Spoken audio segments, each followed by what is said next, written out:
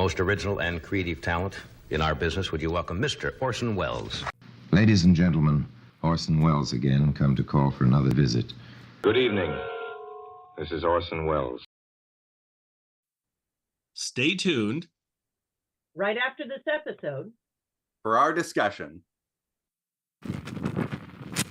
This is Orson Welles speaking, and this is Sunday morning, 1 week after Easter, 1 year after the end of the war in Europe, and it's also, inconsequentially enough, the morning after the opening in Boston of the show the Mercury Theater hopes to bring successfully to New York. Here's some notes I made on the back of an envelope. Do you remember that pigeon catcher I told you about last week? Well, I brought it out on the stage last night, but I didn't catch any pigeons. Some more notes. We all remember Martin, Barton, and Fish. Here's a new one, a new firm to remember, the firm of Gossip, Wolcott, and Crawford. Gossip, Wolcott, and Crawford dropped the atom bomb on OPA. If prices get all tangled up in the tail of an inflation kite, remember Gossip, Wolcott, and Crawford. If your savings dwindle, if they're cut in half, remember Gossip, Wolcott, and Crawford. If the landlord wants more rent, if the price of meat goes beyond your budget and the cost of a suit of clothes keeps you in patches, remember Gossip, Wolcott, and Crawford. Ladies and gentlemen, here's a play producer who also speaks, as he's trying to now, over the radio for a quarter of an hour each Sunday morning. He's healthy and strong, just healthy enough to get to the Boston radio station the morning after a Boston opening, and just strong enough to get to the microphone. He's a play producer who's supposed to comment on the large affairs of the world, who tries to speak up bravely in behalf of the future. Well, last night he left the theater, he rented for his play, and walked through the side streets back to his hotel like a man wanted by the police. The most ordinary, cheerful Saturday night pedestrian crowd looked like a lynch mob to this producer of plays, who locked the door of his room when he heard a siren somewhere outside, and really thought for a minute as he stood there, bolting himself in, they've come after me. Here's a play producer who woke up after a night of delirium, fully dressed, on the top of his bed where he had fallen, exhausted, fully dressed, but not too sure of his right mind. A play producer with a normally loud voice who's called so long and urgently for curtains and cues in the past 7 days of rehearsals that he's almost lost his voice along with his mind. Here, in a word, is a play producer. He's full of his own woes and the woes of the small army of very nice and really wonderful people who are working so hard for him and depending on him to get them safely to Broadway. A play producer with a ringing headache and a hoarse voice. His problems have no call upon your attention, and of all the citizens in Boston town this morning, he's one of the least equipped to hold your interest on a national hookup for 15 minutes on national affairs. He hereby fulfills his engagement with his apologies. And since he's at it, he'd like to include here apologies to the audience last night who waited through so many stage waits, who watched so many of the wrong backdrops moving up and down with the solemn rhythms of Bedlam, who had no way of hearing in that Bedlam some of the greatest songs one of the greatest songwriters ever wrote, who could not have picked out of that chaos much of the talent that tried so hard to make itself seen and heard. He hopes to make it all up to all those people Monday night, and meanwhile on Sunday morning, 1 week after Easter, 1 year after the end of war in Europe, and the morning after a very hectic opening, that's about all the comment this commentator has to offer. Members of the audience at the Boston Opera House, members of the Mercury Theater, and listeners to this radio program, believe me, he is always and as ever your obedient servant. Yes, this is Orson Welles, and please take my hand. Let me take yours. I have my troubles, but it says in the papers you've got yours, too. Let's hang on tight so neither one of us gets lost. Here in Boston, where the hatred of tyranny is a matter of record and tradition, here in Liberty's home address, there's been terrific resentment against the congressional action on OPA. On the Commons stand women with breast banners and placards bearing the words, "Save OPA. Protect yourself and your future." Boston's good people are signing petitions in the streets, and I hear from the Capitol that the congressional mail from everywhere is the heaviest in all Washington's history. In favor of continuation of OPA without crippling amendments, it's 10-1. A senator was heard to admit the other day that in his mail it's running 25-1. What are they saying in Congress? I give you Representative Hartley. They went too far, says Representative Hartley. Yes, the boys went too far, and Representative Hartley was one of the boys. That pink look on the face on the congressional floor was pretty general and chronic these last few days. Oh, yes, the representatives who let themselves be counted on the side of economic disaster have been worried more than some as Mr. Runyon puts it, and busy no little, answering mail from their constituents, and some fun that was, too. Here's a letter on a congressman's desk. Dear Mr. Congressman, says the letter, why did you vote for the amendments which will cripple the OPA and make its very existence impossible? And here's the congressman's answer. Dear Mr. Constituent, you are laboring under a misapprehension. I voted for OPA, not against it. There were some changes, of course, but I voted for it. Maybe one of your letters has reached a congressman's desk, and maybe it got one of those answers. To such an answer, the only possible acknowledgement is the horse laugh, loud and clear. Loud and clear, the congressmen are squeaking up now in defense of OPA. They put their foot in it, marched right into a political booby trap. Now they're calling for help. The congressmen want us to know they were for it all along. Of course they were. They put OPA in a box and stuck swords in it. If it was any kind of a trick at all, it was a dirty trick, a devil's trick. If it was done with mirrors, the tricksters found reflected in the glass only the grimacing, blind face of their own political greed. Have you forgotten the shanty towns that grew up in our city dumps not long ago? The communities built of cardboard, the residential districts developed by human ingenuity out of garbage? Maybe you've forgotten them, but you'll get a chance to see them again if that House bill gets to be a law. Fantastic? Fantastic? Disaster is only plausible when it happens to the other fellow. That's the cellophane wrapping of human optimism. That's what keeps us sane. The train wreck with its 40 dead is credible on the front page as long as the name of a loved one is not printed in black on the death list. The fall of Guernica was a fact the folks in Galveston could accept.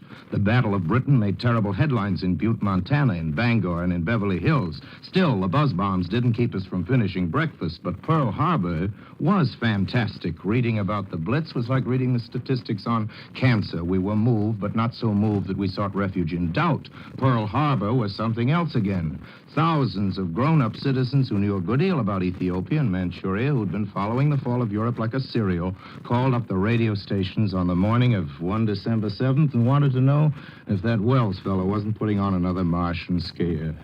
So, if I tell you that there are shanty towns in Chongqing, you'll believe me, and if I tell you inflation, more than Jap bombs, made those shanty towns, you'll believe me. And if I tell you that inflation is going to bring more shanty towns, you'll still believe me, as long as we're talking about China. Suppose we go then into the realm of fantasy by talking about home.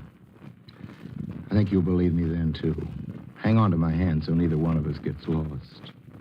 Let's go now for a little look at commercial rents. Yes, just look at them. Commercial rents are the rents paid for offices and stores and garages, things like that, which are not controlled by OPA. Not controlled by OPA because your Congress refused to extend to your lawyer, your doctor, your dentist, your insurance man, so on and so forth, the same protection you have on dwellings. In Washington, D.C., just for instance, where that refusal was perpetrated and solemnized, commercial rents have zoomed as high as 500%. 500%. In terms of a roof over your head, that is fairly fantastic. But if that House bill gets to be a law, we'd all better get used to that kind of fantasy. I have a bad headache this morning. I'm full of personal weariness and general despair and aspirin, but you'll have to take my word for it that I'd feel just as badly if all the scenery in our show last night had moved on schedule. The audience in the Boston Opera House had lingered for hours to applaud our efforts to the echo. I'd still be full of weariness and despair and aspirin. The crippling amendments on the House bill for extending OPA are worse than all the missed and messed up cues any play producer ever had to pay for. Me, I'm living in the theater these days, and before a New York opening, a theater is a queer sort of atoll, cut off from the world by reefs of rehearsals, not to be approached by land or sea or air. But on the call board, the stage door, the kids, the overworked kids in our company, are putting up their names on a petition against that OPA House bill. They have time enough for that. And at intervals throughout the day and night, they bring me the newspaper and a hamburger, a donut, or a carton of drugstore coffee, and that's how I eat, and that's how I know the news, the newspaper. Hang on to my hand. Let me hang on to yours so neither one of us gets lost. We'll stop at this booth for a minute, an agricultural exhibit. The tableau represents the farmer's future under inflation. Under inflation, farmers will put their grain into cattle because stock prices will soar. To give you an idea how tired I am, there's quite a difference. In the next booth, we have a tableau of starving children. Might be our children, except that they happen to be born on the continent of Europe. Their little eyes are huge with hunger. Patient observers report that these children are never seen to smile. And these children are expected to grow up somehow and somehow to build with us a free world. In their present condition, they don't look much like founding fathers of a European democracy. In point of fact, if we don't get food to them, these little children will starve to death. If our farmers are forced by inflation to put their grain into cattle, we won't have any food to send to them. I'd say goodbye to the little children now and go on to the next booth. But why go on? You're ahead of me, way ahead of me. Hold on to my hand. All this mail deluging the desks of the congressmen may have really shaken deeply the very roots of their misbehavior.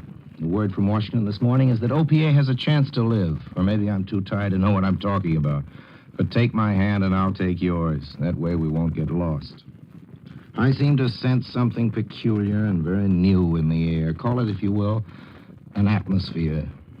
The youngest generation may not recognize it. Teenagers may not even know what it means unless they've read their history books with the most careful study. As I remember, it used to be called an era of good feeling. Another sign that an era of good feeling may be setting in is the news that Mr. Bilbo went home. The man Bilbo, who threatened to filibuster until the end of the year against the British loan, suddenly packed up and drove home to Mississippi. Peckerwoods, said Mr. Bilbo. More Peckerwoods are gnawing away at his chances of re-election. So, after only a 2-day filibuster, which for Mr. Bilbo is just time enough for a senator to clear his throat, he went home. Could be that the people of Mississippi are wising up to the wreckers of goodwill. On this weary, woeful morning, I smell hope. And I'm sure of this much. The chances of the British loan have increased, and by a healthy percentage. This Sunday morning, 1 week after Easter, 1 year after the end of the war in Europe, there are some hopeful signs observed by your tired commentator that the tired diplomats have found a modus vivendi, a way of getting along together. From Paris, there comes to a strange sound, strange indeed, and strangely, they don't get headlines smeared in big black block letters.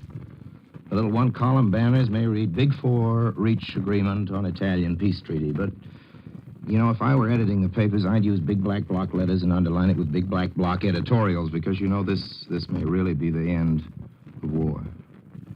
Foreign ministers were grim and grave when they gathered in Paris. They were ready for failure. Jimmy Burns had even gone so far as to whisper to a group of Washington newspaper men in the shrillest confidence that there was every likelihood that no peace treaties would ever be signed as a result of World War II. Our Secretary of State said rather that each of the big four powers might have to sign separate peace treaties, and that this, of course, would mean no peace at all.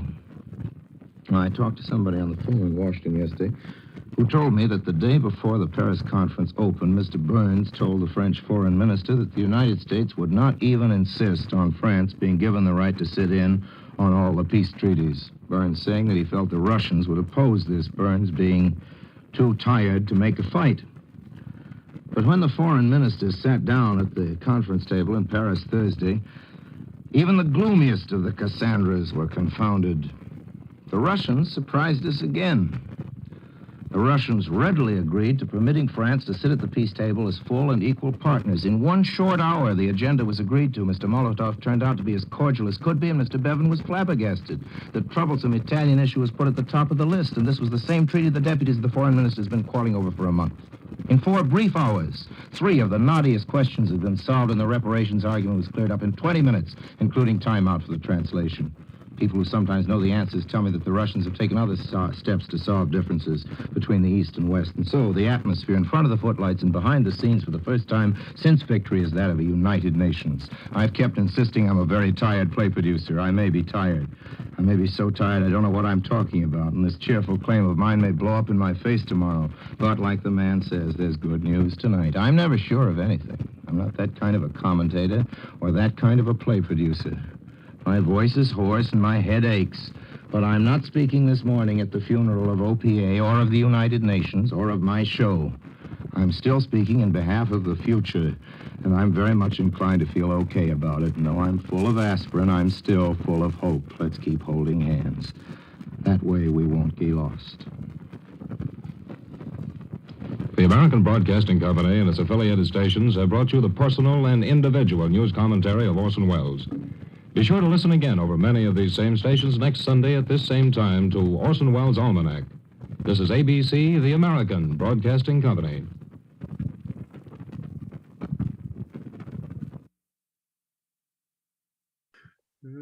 All right. Well, hello again. This is Buck Benny speaking. We have another Orson Welles for us. Today we're joined by our historian friend Vincent, who knows all about Welles, and we're going to get a lot of good information about Welles's performance today that he was doing. He actually does a couple performances today that he at least is going to talk about, and so I think that'll be interesting. And Vincent can give us some insight into that.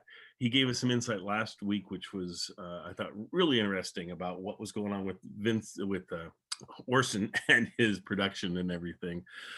We have Terry Phillips here from Imaginaire Theater, and he's got a new show coming out, a new Imaginaire Theater show. What kind of, can you give us just a little, I don't know, preview of, last time it was a Western, this time I think you said it was going to be, I don't know, was it science fiction or something? I can't remember.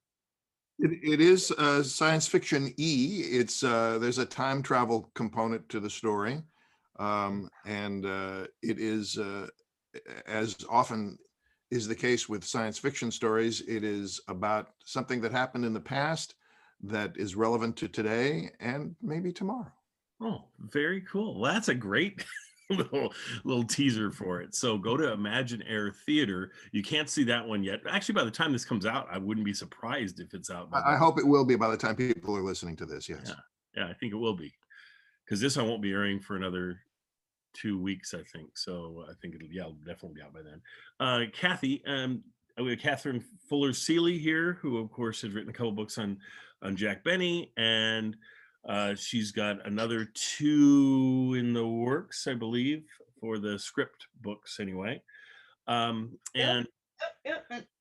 otherwise, I'm delving into silent film history, because there's nothing better than silent film on the radio. We should start airing some silent films that we present for my podcast. That would be great. Now, in this period of silence, they're actually saying this on the screen, and we can sort of dub it. Kathy, and you're drinking your tab. That's great, because you tell us a little bit about you. You went on a tab spree here, getting the tabs, and I don't think they've heard the story. Tell us your tab Exactly. Story. Getting the last 48 12 packs available in North Austin that the Coca-Cola company actually sort of gave as a present to me, although I had to buy them. Well, I'm down to my last 3 12 packs. And being a woman who is not yet retired and still has an income, I'm going, I must still have tab. Amazon will sell me a 12 pack of tab for $20. And so if I limit myself to just one a day, I can almost justify paying $20 for a 12 pack of sugar-free soda. That I always claim, since I've been drinking tab since I was 12, that I'm probably embalmed from the inside out. I will die leaving a pretty good corpse that's all these lovely little chemicals listed back here. Well, I just feel so special because you're drinking your tab while in our company. So it's like, oh, that your 1 tab a day, you're actually using it while we're with us. So that's kind of cool. Gives you a little energy, a little perk, a little spunk. That's awesome. Exactly. A little Orsonness. That's right. But yeah, you'll never quite Orsonness onto Yeah, but exactly. But at least we have a happier show this time. So, well, Vincent, why don't you start us out? Although he himself was quite a mix. Oh, he was. Oh, yeah. That's what makes it interesting. Every week, you never know what you're going to get. So it's that whole box of chocolates thing. Vincent, what do we have for this one, or what stood out for you? I kind of know where you're going to go, but go. Yeah, so as Kathy says, we get a much different Orson than last week. Certainly, he's still preoccupied with Around the World, but he seems in much better spirits about it. And I think he's in good spirits for 2 reasons. The first one is that he says, according to him, that audiences are finally starting to like Around the World. Whether or not that's true is hard to determine. As I said last episode, reviewers mostly came on the opening show. It was a disaster.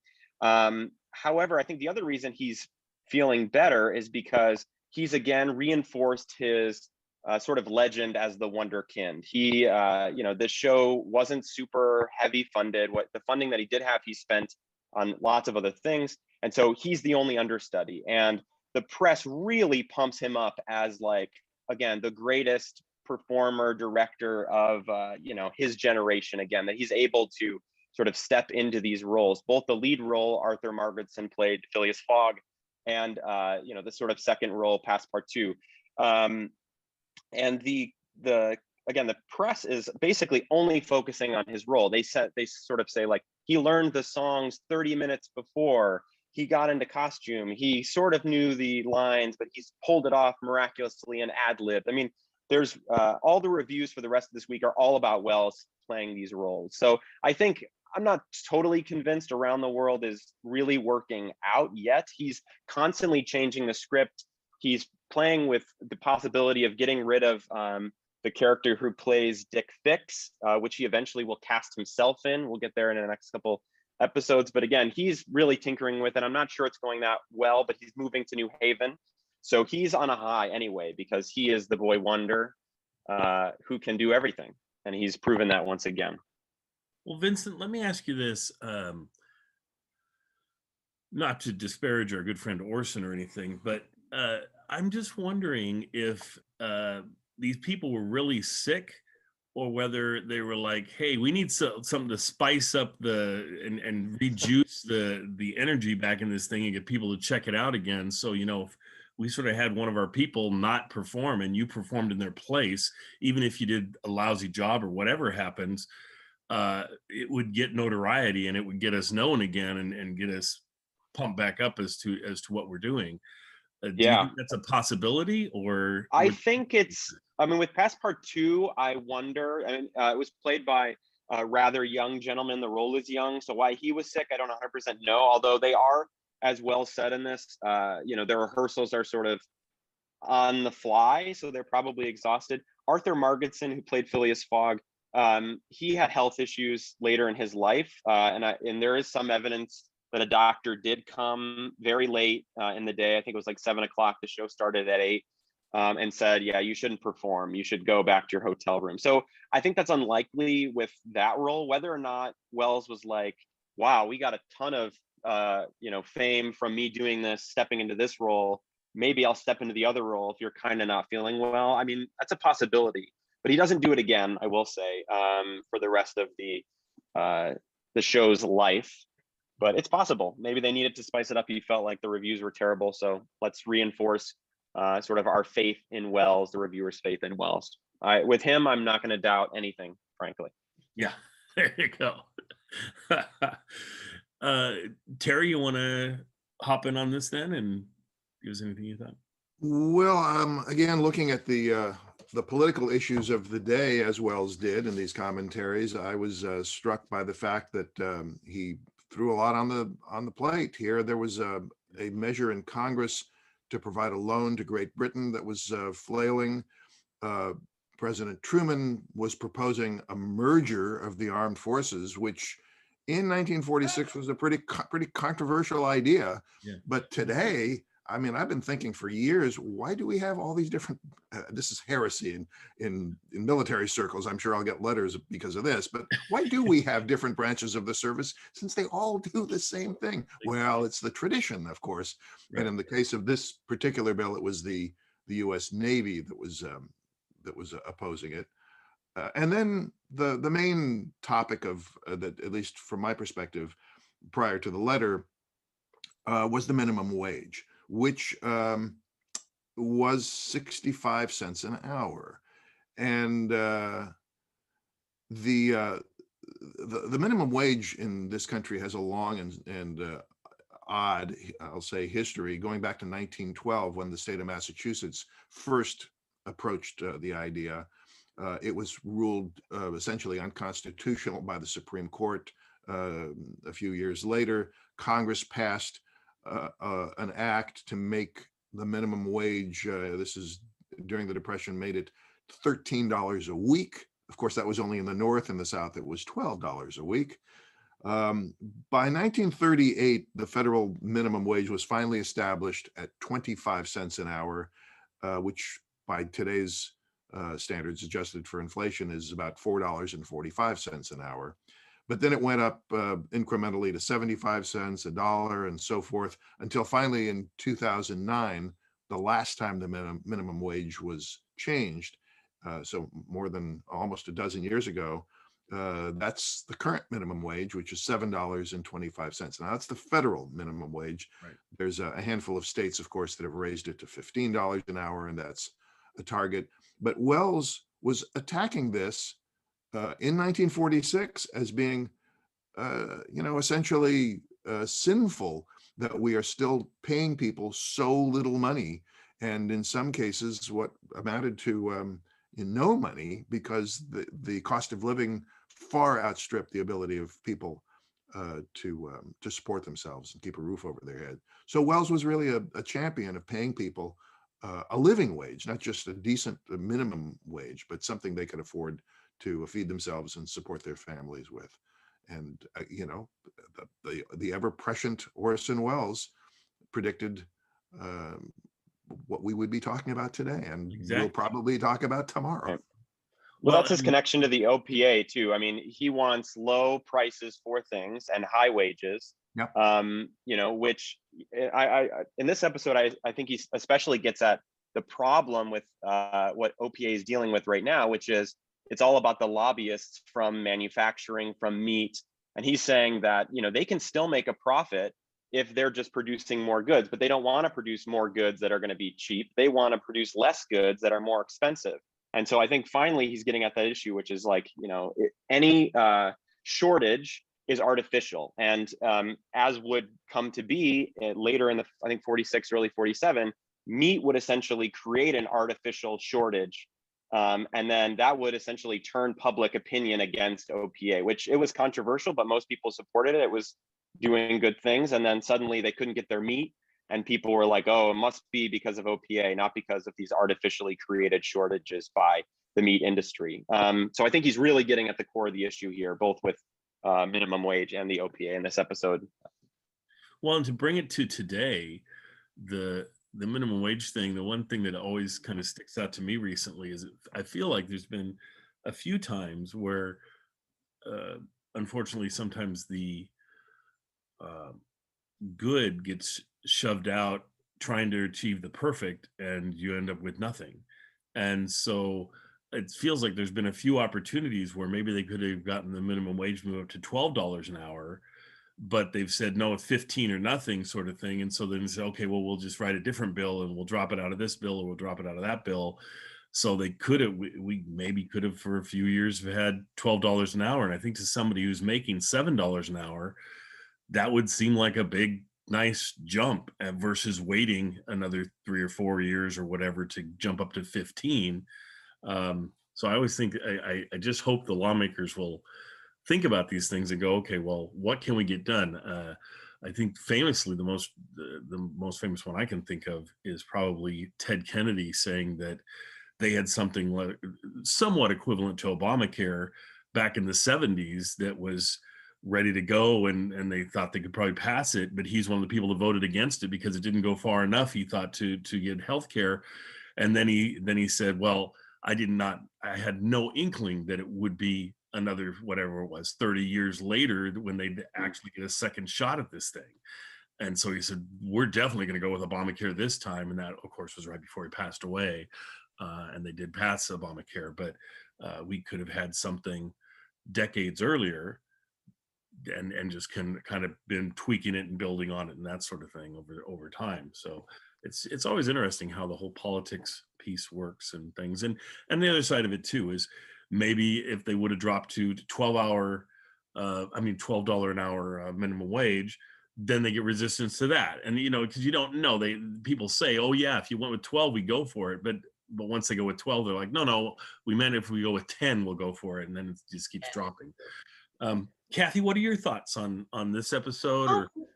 Well, I was so charmed by the letter that Orson read out from Ruby Jane Douglas. And in previous episodes, we've kind of wondered how much did Orson make it up versus how much did the letter writer, if he included a name, how much was possibly really the letter writer's work. Ruby Jane Douglas does exist in the historical record. She was prominent among the members of the WACS, the Women's Army Corps S service, from training in the last years of the war at camps in the US, entertaining soldiers, to ending up in Paris soon after the liberation and staying there after the war. She tells this wonderful story about 30 members of the company, and she doesn't play up. She just says that they're like women with the army. She doesn't play up that this is an entertainment company, although she says Madeline Carroll is the movie star is along with them. But she tells this sweet story about going out to the village of San Cyr and having the group give a party for the orphans. And she tells some sad stories about little boys and girls who had lost their parents, who had nothing. A heartbreaking story about the local villagers who have a small band, and they're trying to play the Star Spangled Banner in gratitude for these visitors who have brought food and happiness and joy, and how, oh, it's so painful to listen to because, they're just sort of petering out, but they try. The fact that here Ruby is writing in a ways to encourage Americans who to join in this effort to provide food and clothing and things like that for these, poor starving children. In a different way, Orson had been talking before about all the starving children of Europe. Here, Ruby's letter has made them a real flesh and blood. That I almost wanted to, immediately send money to poor little French orphans. It was a very touching letter.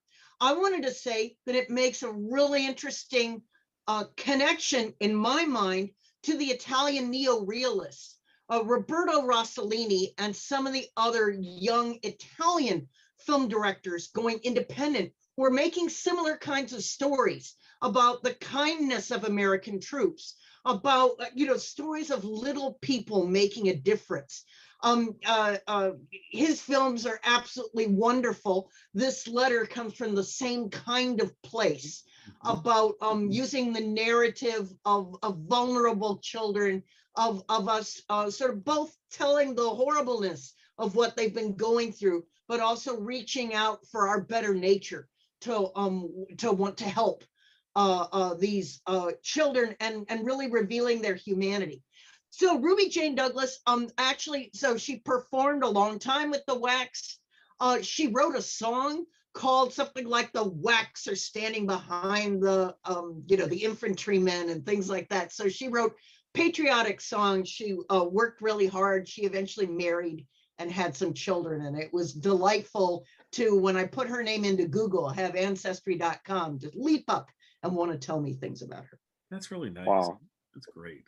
Great research. One thing that I thought of, Kathy, I mean, to your point, I like that this Douglas constantly mentions, oh, it's exactly like Main Street USA, to build this sort of like comparison. And I think Wells chooses this letter, like you said, because he definitely is into like helping people in general. But I think he also has a very political minded goal here as well, which is, he mentioned this, I think it was a couple episodes ago, but he essentially says that if we let poverty and destruction continue to plague Europe, there's a fear of fascism rising again, or dictatorship. Sure. And so, out of that fear, he's saying, let's help people out of the goodness of humanity, and because it's like America, it's like Main Street, but also, we need to think politically here, and we need to help people because peace is at stake, and so is war at risk. So. Vincent, you're absolutely right. This is part of the sort of the long Roosevelt legacy, but also that leads to the Marshall Plan, which was, quite controversial in the day, that the way to stop fascism was actually to help rebuild the economies of our enemies.